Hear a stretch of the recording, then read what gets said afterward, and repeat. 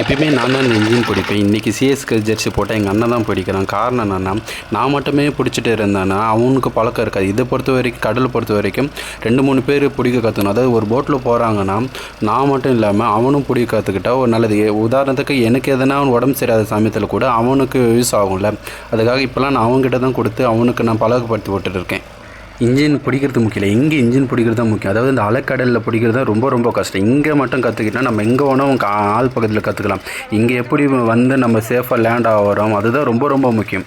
அது கொஞ்சம் விட்டாலும் இதுவாகிடும். கொஞ்சம் பாருங்கள், அதில் அப்படியே போட்டு தூக்கி கவுத்துற அளவுக்கு மாற்றுது.